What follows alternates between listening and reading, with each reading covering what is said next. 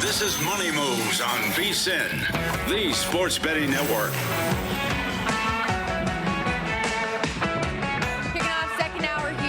This Friday edition of Money Moves, VSiN, the Sports Betting Network. Stormy Buonantony, Jonathan Von Tobel with you live in downtown Las Vegas, Circa Resort and Casino. You missed any of the show earlier. Remember, you can always get Money Moves in podcast form wherever you download your podcast. Also, make sure you tweet at us. We want to interact with you at MeJVT, at Storm Buonantony. We also have an email if social media is not your vibe. moneymoves@vsin.com is how you can send anything in. Coming up this hour in about 30 minutes, VSiN's own Zach Cohen's going to join the program. We'll get some of his best prop bets in the NBA. Short slate, just 5 games. Short slate in the NHL as well, just a 4-game card for hockey, but puck around and find out coming up in 15 minutes. But we're going to kick things off here, continuing our play ball series, previewing each and every team across Major League Baseball ahead of the season, spring training underway. And the team that we are previewing today, JVT, even though we have not even got to day one of the Major League Baseball season, already has a handful of notable players dealing with injuries. The Arizona Diamondbacks. We're going to dive into this one. In case you missed the news, Corbin Carroll, who's coming off a career year in home runs and RBI, starting the season with a broken hamate bone. We also have, what is this? He's going to miss all of full spring training and the World Baseball Classic, hoping that he's ready for opening day. Re-signed Merrill Kelly to a 2-year deal, who's supposed to be the opening day starter. Not expected to be available for that start either. Corbin Burns had Tommy John last June. Timeline should have him back by the All-Star break. And outfielder Lourdes Gurriel Jr. starting the season on IL with a torn ACL. So a lot to get to as we begin to play ball.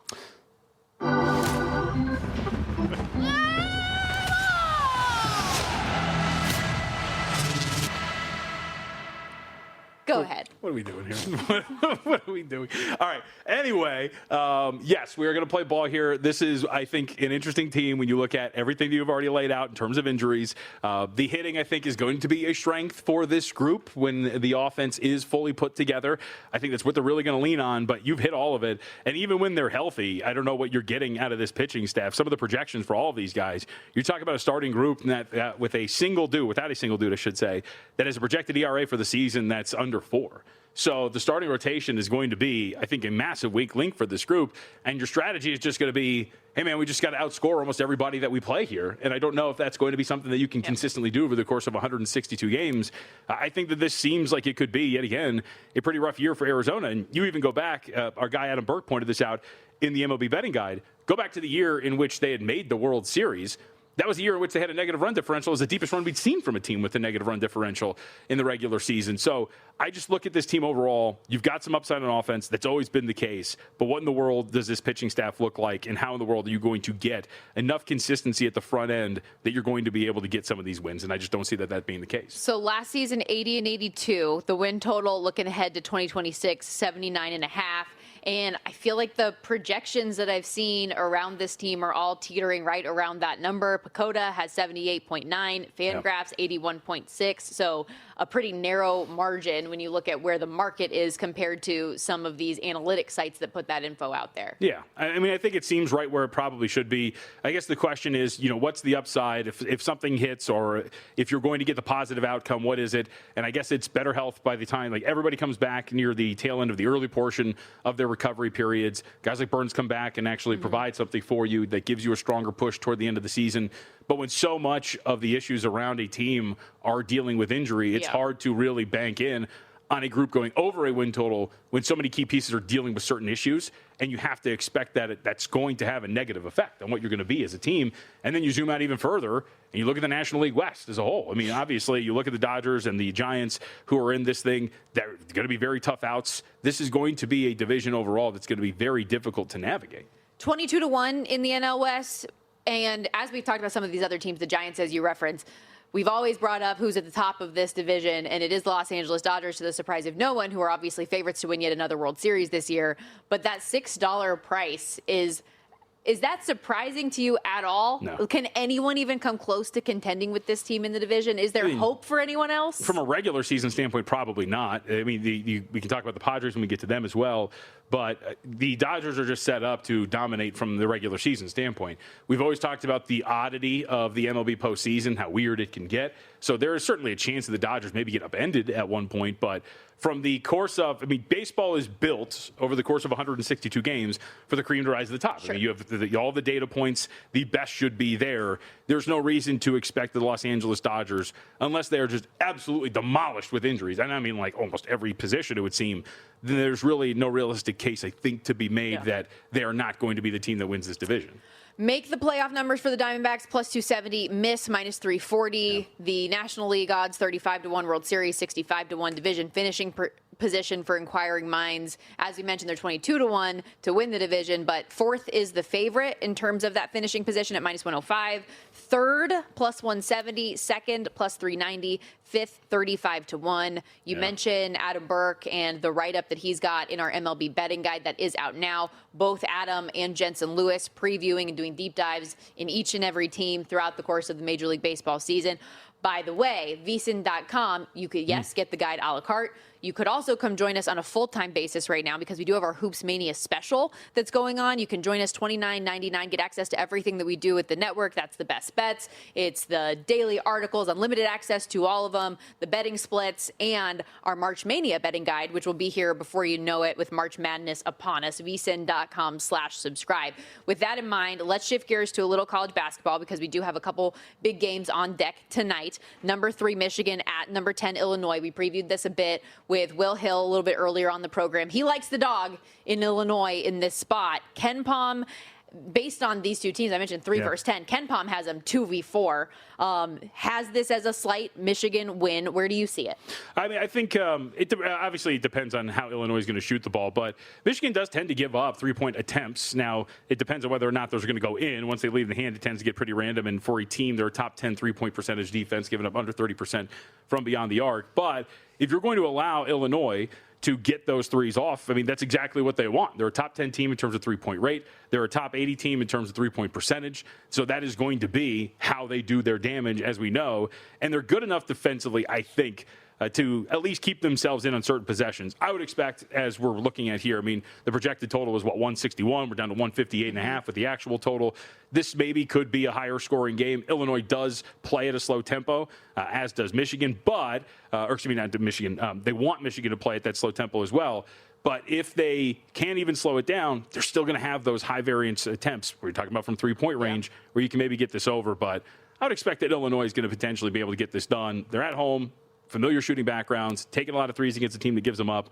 I can vibe at least what Will's putting down here when you're talking about supporting the Illini. And he's dead on too, talking about how Illinois has kind of been the kryptonite of Michigan, at least in recent history, winning 9 straight in the seasons. Michigan has not won since January of 2019 against the Illini, and I think that overtime loss that they had against UCLA, even though there's a week separating the games, pretty clear look-ahead spot, which we talk about those types of games all the time. I did think this was interesting, too, just going through the game logs for Michigan throughout the course of the season. Aside from being a 2.5-point dog against Gonzaga back in November, a game in which, if you remember, they absolutely torched the Zags in that game by like 40. That's the shortest spread we've seen this is the shortest spread we've seen on the Wolverines all season, with the exception of that. Even the game against Duke, they were 2.5-point favorite. So we'll see what this ultimately looks like when all is said and done. The other top 25 game tonight, number 21, Miami of Ohio at Western Michigan, 28-0. The Red Hawks trying to keep this thing alive. 3 more opportunities to see if they can have a perfect regular season. 19-6 ATS. They play 3 no-spread games, by the way, for those of you who are doing the quick math on that. The first meeting back in January, Miami of Ohio won 87-76, did not cover the 14.5-point spread. We're now looking at the 11.5 to 12.5-point range, depending where you look. Yeah, but, they've been covering numbers. That's the thing. Yeah. It's not like Miami of Ohio has been flirting with disaster. They've been coming in and covering everything you ask them to, and that is the odd part about this. Now, they're probably at the top of the market. We talk about this all the time. We saw this open at some spots, 12.5? We're down to that 11.5. As you noted, going on the road and playing your style of basketball is always going to be a question. High tempo, a lot of threes, relying on the 3-point shot. That's always going to be something where if you're walking into an environment like Western Michigan, are you going to be able to keep that up? Now, their defense has been abysmal, the Broncos. They are dead last, I think, right now. Yeah, they're last right now in MAC play in defensive efficiency. They do tend to give up quite a bit inside, so that kind of helps you here against Miami. They can get inside, but really it's about what you do from beyond the arc. If you're the Red Hawks, I can understand, third road game in 4 tries. Yep. Against the Western Michigan team that's going to try to at least slow this down. They're 10th in the MAC in terms of tempo. I can understand why at least the market's going to sit here and say, all right, 12.5, I'll take that, and I'll go against Miami, Ohio. I'm not expecting them maybe to lose, but at the very least have trouble covering a really big number. And maybe we're in the territory now where we should start to play against them again, considering they've been meeting those expectations. You mentioned 3 in the 4 games, also second road game in the last 4 days. Yep. So there's that element of it too.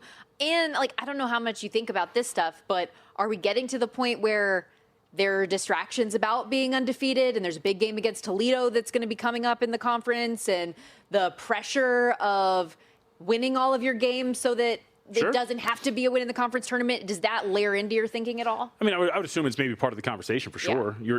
You have to be talking about it at this point. It would be human nature if you're sitting there and going, yeah, like we're on the verge right now. We're 28-0. We're on the verge of going 31-0. And by the way, our schedule sets up pretty nicely. You have Western Michigan, Toledo, and Ohio. 2 of those teams are bottom 220 teams when you're talking about the KenPom rankings at the very least. One other thing I will say, for those of you that are looking to take the points potentially with Western Michigan, much better at home than they are on the road. Like, listen, I get it. They're not a great team. However, back in Kalamazoo tonight, 7-4 ATS, after they had a pretty long stretch of being on the road for a while, to have the opportunity to be back at home in a game like this, where they're going to give their best effort. Everybody wants to be that team to be able to upset Miami of Ohio in what has been a perfect season for them. Total for this game, by the way, 163.5. When we come back from this break, one other college basketball thing I do want to bring up, and I know it's been talked about on a number of shows. It cashed again yesterday, so we got to give our boy Luke DeVasta a little bit of credit when we come back. And then diving into the NHL card, just 4 games on deck, but stick around. If not, we're going to puck around and find out. Is that a threat? I don't know.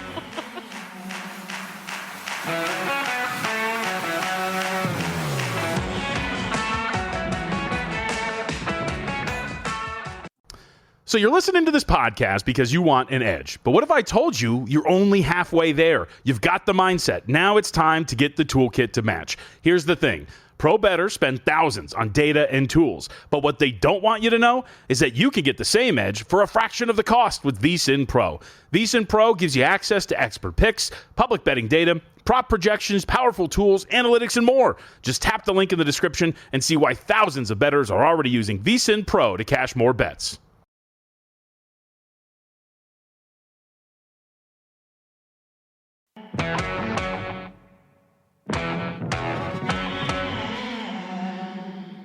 You're watching Money Moves here on VSiN, the Sports Betting Network.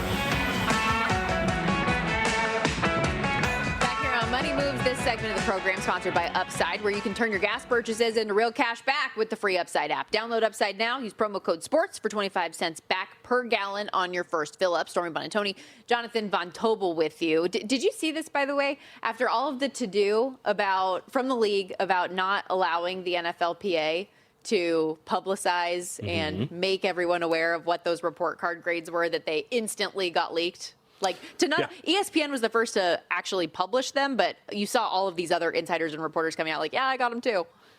I did see some of them, yes. What was it, the Giants? Was it the Giants who got an F? There was a couple of teams that got some Fs in there. A number of them. I know the big one was that the Steelers dropped from 28th to last. Yeah. Shocking. What I thought was kind of funny was how Woody Johnson was leading the charge, the owner of the New York Jets, and their grade actually improved significantly. They had an F last year. They got a B this season. Oh, good for them. So they actually did better. So maybe that's why he didn't want it, is like, you guys expect us to actually make change and invest in our facilities and do things better? Unacceptable. Or he had no idea what was going to happen, so he was scared of having another F for a second consecutive offseason. Yeah. Aaron Glenn must stay awake in those meetings because he got a B. Yeah, that was weird. Falling asleep at the draft. I mean, I think we're all kind of there at some point, you know. I don't know if What do you mean? I'm not good at falling asleep. I can't fall asleep in public. So doing something, I guess that's a little bit more of a private. He's up in a suite, whatever it is. But I can't. I see people like knocked out in public places. I stole cigarettes from somebody when I was a kid who was sleeping on the bus. Like he fell asleep on the bus. So when I was a kid, I was like a teenager, but. I can't understand sleeping in public places like that at all. I find it so easy. I can fall asleep anywhere.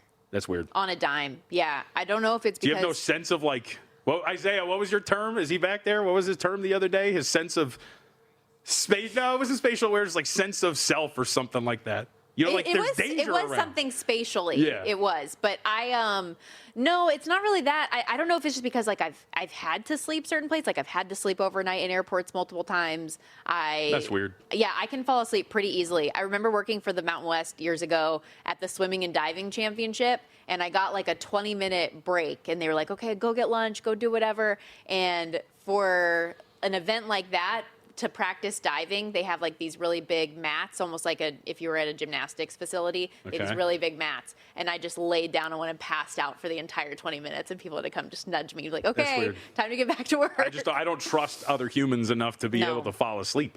I do clutch my bag when I'm falling asleep at an airport or something like that. I have it in my hand. But yeah, I can fall asleep pretty much anywhere. By the way, the cigarette I stole was a Pall Mall. It wasn't very good. Said before the break that I wanted to make sure we gave a little shout out to our guy, Luke DeVosta.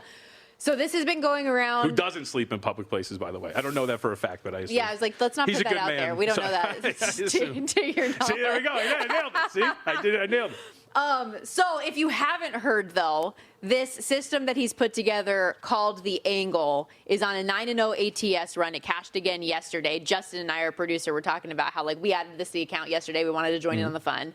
It ended up winning. 38-10 ATS since he started playing the system. And here he is yesterday on Follow the Money explaining what that is.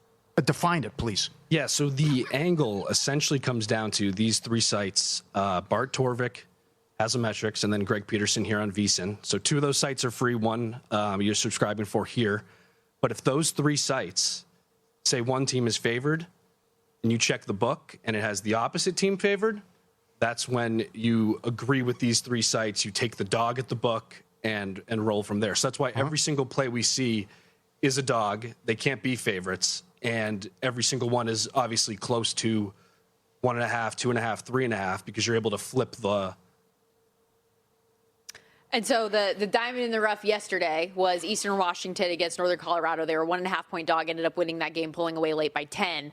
Again, a 9-0 ATS run right now. No matches today. It's a shorter slate of basketball in general. But on our crew VSiN meeting earlier this morning, like the all hands weekly Friday morning meeting, Luke did say that there are a ton of them that he's going to go through for the Saturday card of games. And so there is a link to the doc available on VSiN.com right now. On the picks page, it's going to be updated. Bookmark it as well right now so that you can save it and go through not only this weekend, but moving forward. But a very, very cool run for something that is unique and going through those metrics. We talk, how often do we talk about Haslametrics or Bart Torvik or, Ken Palm, what Greg does each and every week. So great starting off point there if you're just looking to jump in and have a little bit of fun. Time now, though, to get into what is a 4-game slate in the National Hockey League. Let's puck around and find out. Cold takes? Not here. It's time to puck around and find out. Let's do it, JVT. Lots of coin flip games tonight. The most expensive money line favorite as I look at the 4 games right now is that Utah game that Mike Palm brought up a little bit earlier on in the program.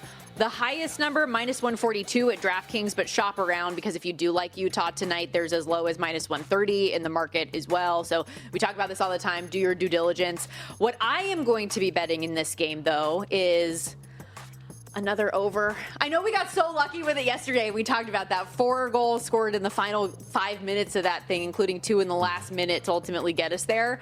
However, we're on a 19-2 run the last 21. This is something that is cashed for us frequently in Minnesota Wild games.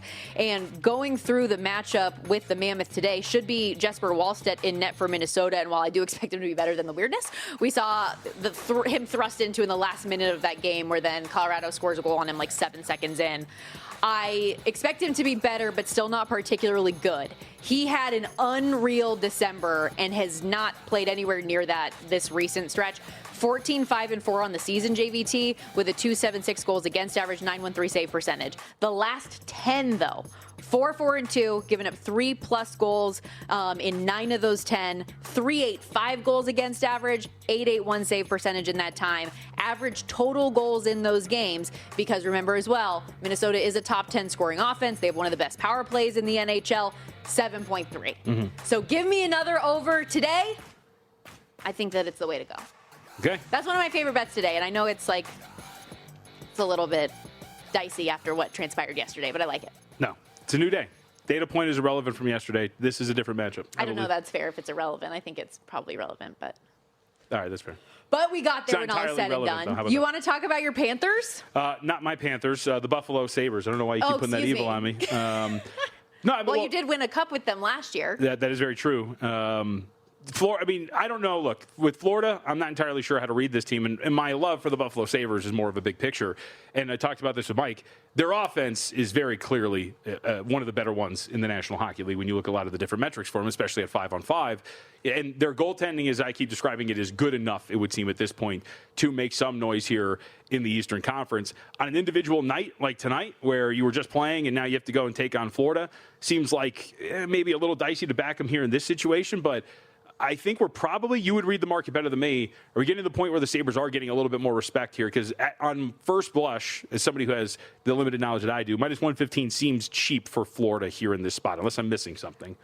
Yeah, I think hypothetically, right? Everything's relative. Florida, I think, still has a little bit of the allure and expectation. People think that even though they're odds on in a pretty hefty number to miss the playoffs right now, that they're gonna surge. You see them put up a 5-1 win over Toronto, who isn't good. And by the way, that loss yesterday, the way that they have started since the break, the Maple Leafs, that is, I hope is a sign to leadership that they should sell and not try to make some sort of a push to the playoffs.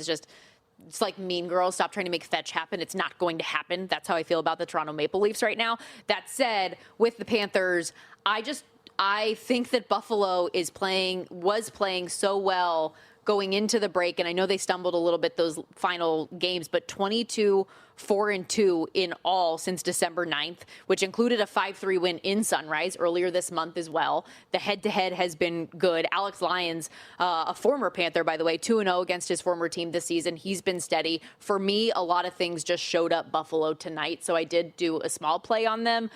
And it seems like they're getting back because not significantly, but they were even money when this opened last night and now minus 105. So a slight tick toward the Buffalo Sabres to what we've seen to this point. 6.5, the goal total for that game. With Bob starting last night, looks like likely Daniil Tarasov in net for the Florida Panthers tonight as well. That's a better option, right? He's been better than Sergei, yeah. Which is weird to say again as well. Like, this Florida team is it's so interesting how much people still want to believe that they're going to really put something together and make the playoffs. I don't see that at all. I mean, if we're into the point of this game as well, if I'm getting a better option in goal too, it speaks to the oddity of what this price is for this game. Are the Ducks? There was a ridiculous comeback the other day for the Ducks against Edmonton. They're $1.37 at a couple of spots to win this game tonight against Winnipeg. Yeah, I don't have a firm feel on the side in this game. I was looking at the total here, and I played under 6.5. The best price on that was actually here at Circa, minus 120. They had a great rally the other day against the Oilers. Like you said. It was a 6-5 comeback. Didn't lead all game until I think 74 seconds or thereabouts. They're down 5-1, thereabouts that game. What? They're down 5-1? It was a ridiculous comeback for them. I don't think that they are going to have the same offensive production with Connor Hellebuck back in net tonight. I also don't think that the Jets are going to produce the way that the Oilers did offensively in that game. So you look at what is an 11-goal total game and say, of course I want to take the over once again. I feel like we could get like a complete reversal of that tonight. Sure. So there are a bunch of 6s in the market where if you're going under that, you're probably getting a better plus money price. But you can shop around because there are 6.5s. And I like that angle of being able to get under the higher number.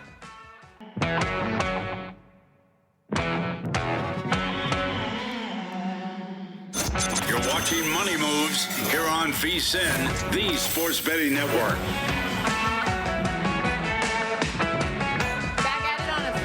Edition of Money Moves, VSiN, the Sports Betting Network, Sirius XM Channel 158. Stormy Buonantony, Jonathan Von Tobel with you. Short slate in the association tonight, but excited to have our good buddy Zach Cohen with us to break it all down. He joins us via the Progressive Guest Line, senior editor here at VSiN.com, NBA analyst, host, of course, of the Hardwood Handicappers podcast as well. Fun day last night as well. Was it?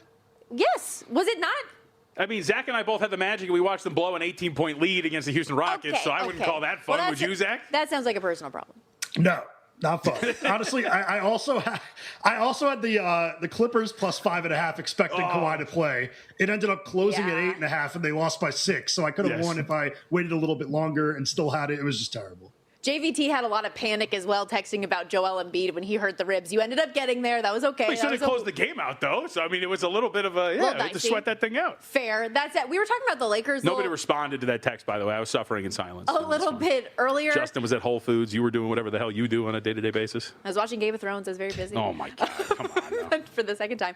But, Zach, we were talking about the Lakers a little bit earlier, and something that I brought up with JVT, I'm curious your opinion on real quickly, was the 10-1 on the Lakers not to make the playoffs. Is that something you think could be realistic, or just even percentages wise from a number standpoint, is 10-1 a good number on something like that?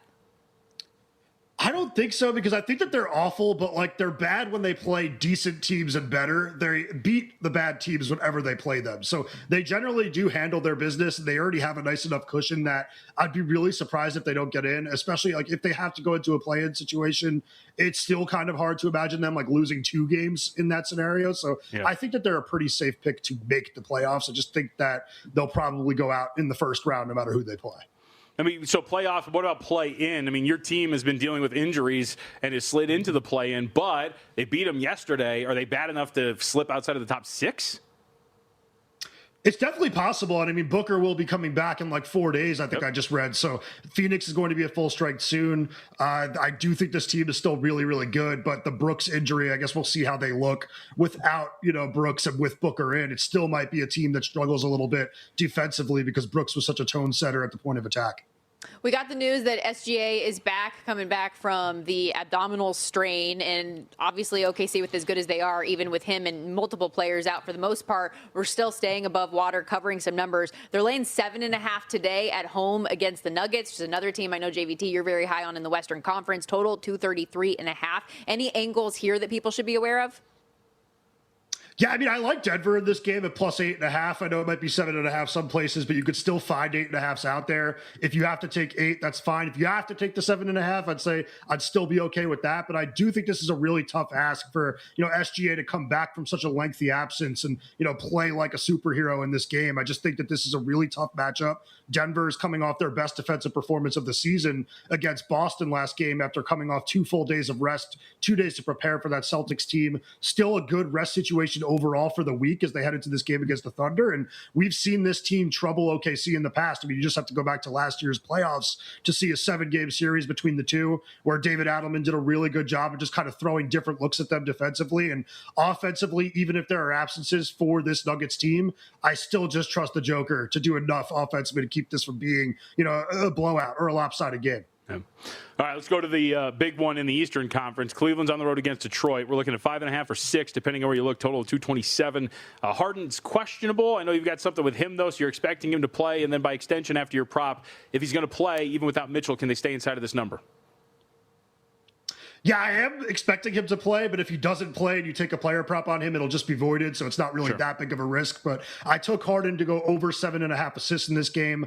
He's averaging 8 since arriving in Cleveland, 13.7 potential assists per game, 9.7 adjusted assists per game. Just been doing a really, really good job of setting up his teammates with quality looks and taking advantage of the 2 bigs that he has now in Mobley and Allen that can both finish plays, all of the shooting that he's surrounded with, and overall the role that he's been given with this team where, I know you said it on the podcast yesterday, people were worried about whether or not there was going to be enough balls to go around for Harden and Donovan Mitchell, but Harden's had plenty of chances to run the offense. Now Mitchell is out and his usage rate's probably about to go up even more. And I do think that with the broken thumb, he's probably not going to be as aggressive as a scorer. He's probably going to be looking a little bit more to distribute and get other guys quality shots because I'm sure he's not going to be all that confident in his first game playing with this broken thumb. So I think tonight, even against a really strong defense, he'll have at least 8 assists. And I actually do lean Cleveland, but I'll keep an eye on the injury report because there are some guys questionable like Keon Ellis and Dennis Schroeder. I'd want to know that those guys will be out there with Donovan Mitchell already being out. Knicks, meanwhile, trying to bounce back from a tough loss to that Cleveland Cavaliers team. They're laying 8.5 in Milwaukee, a Bucks squad that, despite not having Giannis Antetokounmpo out there, continues to win games straight up as an underdog. Again, 8.5 that number tonight. Total 218.5. What's your read on the game and any player props that you're invested in as well? Yeah, so I do have a player prop. I have Kevin Porter Jr. to go over 30.5 points, rebounds, and assists. I do have a lean on Milwaukee overall. I just think this is a lot of points to be giving a team that's been very strong offensively lately against a team that can't guard pick and rolls. But speaking to that inability to defend screens, I do think that this is a game where Kevin Porter Jr. just puts up big numbers again. I mean, over the last 9 games, he's averaging 21.9 points, 7.9 assists, and 5.4 rebounds per game. Really doing a good job serving as the number one for this team without Giannis, as you just said. And I do think this is going to be another situation where the defense really can't cover him. He's a really, really dynamic shot maker off the dribble, and this Knicks team not very good at defending pull-ups. And I do think that Porter is going to be, good for 7-8 assists here. He's been rebounding pretty consistently. I'd just be surprised if we don't see him kind of flirt with these numbers again. And I do believe that Opta AI had him taking it for like 31.5. So slight edge to the over from them too. All right, so Harden over 7.5 assists, Porter over 30.5 points, rebounds and assists at minus 124. And then we talked about that Nuggets-Thunder matchup. You like the Nuggets there on that side against the Oklahoma City Thunder. I'm curious your thoughts on one game today that you don't have on your list of bets. Stormy, I'm not laughing at you. I'm laughing at the thought of this Mavericks team flailing around last night, the performance they put together. But she fell into the trap of maybe thinking the Nets were the more tank-worthy team. Wasn't the case yesterday. My question is, why does the market seem to have some belief in this Mavericks team despite the fact that Flag is out and they're really thin, Zach? I mean, yesterday's number was pretty large. We saw this open 5.5 against Memphis today. They've had a pretty poor ATS run here over the last 11, 12 games or so. Why is the market so high on Dallas despite all the injuries? I wish I had an answer for you. Like this stuff with these two tanking teams playing against one another, they're really stay away situations for me. I mean, it could have something to do with Ty Jerome not playing. I know that he was on the injury report, and if he doesn't play, you're really missing backcourt shot making. And I just think that maybe is where they view the edge for the Mavericks. But these games are really ugly, really hard to call. You almost have to just look at these slates and almost cross games out. Like I've said a few times, I don't really know what the incentive is for either one of these teams to win. And you don't really know what the rotations are going to look like. I still think we need some time to kind of learn what the post-trade deadline rotations look like for all of these taking teams. Mm-hmm. Yeah, 4.5 the spread tonight, where things sit right now, total 238.5. Another really bad team in action as well. The Brooklyn Nets plus 17.5 in Boston against the Celtics today, 210.5 that number. Was that an easy cross out for you this morning? It was, but I've said it before. I wouldn't be opposed to people playing Jaylen Brown first quarter props, players that you would normally take a player prop for over the course of an entire game. Take them in the first quarter because they're going to play their normal minutes load in that quarter. They're probably not going to play the third or fourth if it is a 20-point game, but that doesn't matter if you jump on a number for that first frame only. All right, let's talk really quick in the last couple of minutes since we brought up Cooper Flag missing time. The Rookie of the Year race is becoming really interesting. There is no minimum, but I would assume that just building data points, I think this is your nickname for him, Zach. Whoa. I have Knipples, Greg. Can you milk me? What do we make of Khan's chances here for Rookie of the Year? So stupid. That was actually really good. But I will say that I think that it's not a game limit one, but I do agree with you that Knipple, if he plays really strong basketball over the course of an 82-game season, playing for a playoff team and doing it the way that he's been doing it, will end up winning if Flag does not end up playing the rest of the way. So I do think this is one that's getting close and closer, and I do think this is going to be an interesting market to watch. Hopefully Flag comes back, but if you've been listening to Hardwood Handicappers throughout the year, you're hopefully in a situation where you'll profit on either one of them. But yeah, it's going to be an interesting end of the season. And that's a great reminder. Hardwood Handicappers each and every morning. Zach is crushing it. Download wherever you get your podcast. Zach, every Thursday's great. Appreciate your time. Thursdays are the worst ones, though, I got to say. Zach, thanks for the time, buddy. Thanks, guys. That's when JVT's on, by the way. Senior editor at vsin.com. You can follow him on X as well, at Betting on X. And while you guys are listening to the program, I know a lot of you guys are in your car, you're commuting to work, to lunch, whatever it is. And when you stop at the pump to fill up the gas tank, if you're not doing it with the Upside app, you're doing it wrong. It's a free app where you can get real cash back every time you buy gas. Download Upside today and use promo code SPORTS. You'll get 25 cents back per gallon on your first tank. Users are earning hundreds of dollars a year just by driving like they normally do. Cash out whenever you want, straight to your bank account or gift cards. Get started now with the free Upside app. Promo code SPORTS. Offers vary by user and location. Upside.com for terms. We got to step aside when we come back, though. Closing out this Friday edition of the program with our best bets tonight and looking ahead to the weekend. Don't miss it. You're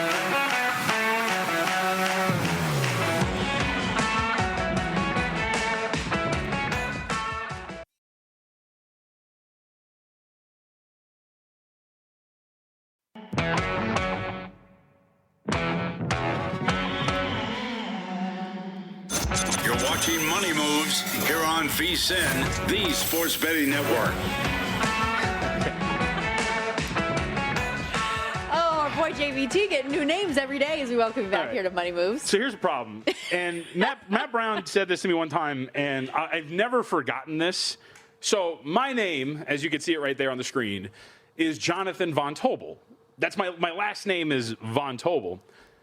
Matt Brown, very early on in our relationship, at one point, we were talking, and I don't know how it came up. He had assumed for the longest time that Von was my middle name. To which I responded was, what kind of a psychopath introduces themselves first, middle, and last name? Nobody ever would do that. It's usually, and even when they introduce themselves, it's like more other people that would talk about them like that, but it's usually an initial, not a full name. Sure, even that's weird. But like, I would never introduce myself with my first, middle, and last name. Nobody does that. No normal human does that. The reason why this is coming up is I did a hit with our friends, our neighbors in the north in Canada, and they put on the marquee Jonathan Tobel. So I think they assume that, again, my middle name is Vaughn, which is not, it's not. I do think that it's a little bit funny that between the two of us, my name is certainly the much more difficult, like, to say, to read, all of the things. Yet I feel like you have more issues with it. Oh, it's incredible. Than I do, because people will either do that, where it's Jonathan Tobel, right, or they get caught up on the Vaughn and think it's Van Tobel. Yep. You get that a ton. Yep. So who would have thought that between the two of us, you have more issues? I'm not a corrector, you know? So, well, like, to a certain few in Canada, because this is a regular hit I do, like, I'm Jonathan Van Tobel. Like, to a certain few who listen to that program all the time. Yes, and I saw this live. He was doing a hit in studio prior to Money Moves beginning, and they started out, you get called Van Tobel. They have some sort of a technical issue where they have to reset the segment. And you didn't just say, hey, by the way, it's Vaughn. It's Von Tobel, by the way. But it's so, which is surprising to me because of who you are. I feel like... Because I'm so famous? It surprises me that you're not a corrector. What does that mean?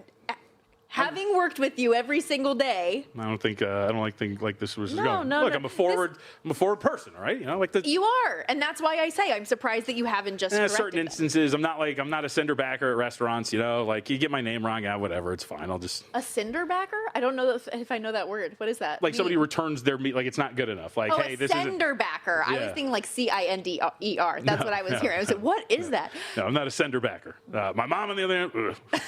I mean, the rate at which a meal is sent back with my mother is a very high probability.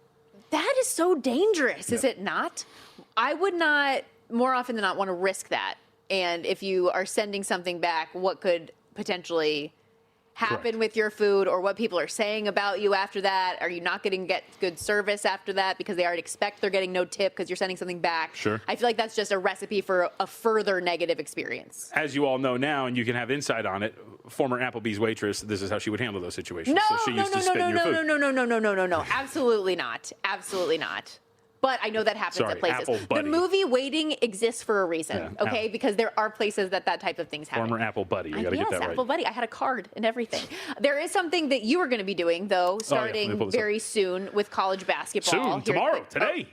Oh, it's today. I didn't realize it. Tonight is day one. Tonight, okay, yes. Hit us with it. Matt Youmans has announced the college hoops contest returning for the March Madness field. Yep, field of 15 handicappers going to compete in the 2026 Circa College Hoops Challenge. I was in it for the first time last year. Went into the Final Four with the only handicapper mathematically able to catch Paul Stone for first place, but had to play the strategy. Ultimately didn't get it. Paul got the Cabana, I think is what he chose. So there will be 15 of us in total competing for this prize. Picks are due Saturday morning at 8 a.m., so it won't have the usual Friday contest feel of giving out the picks on a Friday night. 15 handicappers, including the defending champ Paul Stone, David Deneen, Will Hill, Chris Passero, Joe Serralo. Let's see, Doug Kazarian, Ryan Kramer, Aaron Moore, Tim Murray, Greg Hoops Peterson, Dustin Sweetelson, Ken Thompson, myself, and Matt Youmans all competing here. So, as I said last year, I was lucky enough to end up finishing pretty high up. Only goal is to not embarrass myself, Stormy. So that is hopefully what we will do this time around. But looking forward to it. And We'll save that for when I win. Okay, that should be really fun though, and obviously it's such a hit during football season. Everything that everyone does on the Friday Football Invitational, so similar concept for college basketball. Your favorite personalities and some of those bettors that have become more and more well known. That said, we do have bets to get to for today.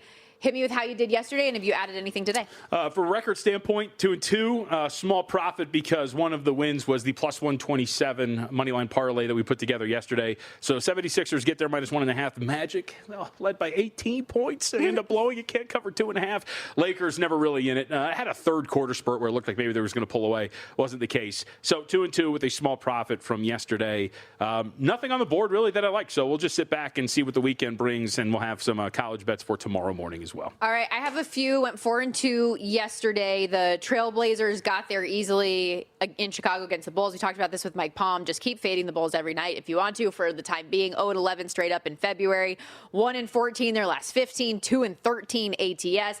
The Sharks unfortunately did not get there on the money line against the Flames. It was tied 1-1 with about 5 minutes into the third. Flames then pulled away to win 4-1. Dustin Wolf was really, really good in net, as was Nazem Kadri for the Flames. We had him over 2.5 shots on goal. Easy winner, 5 on the night with a pair of goals. Wish I bet that.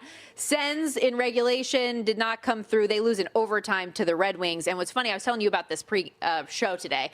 I previewed this game yesterday talking about how it was a team in the playoffs with bad underlying metrics taking on a team that's outside of the playoffs with good ones. The result showed up exactly like that. The Senators, 2.27 expected goals for yesterday to Detroit's 1.17. The scoring chances were 27-17 in favor of Ottawa. More high danger scoring chances as well.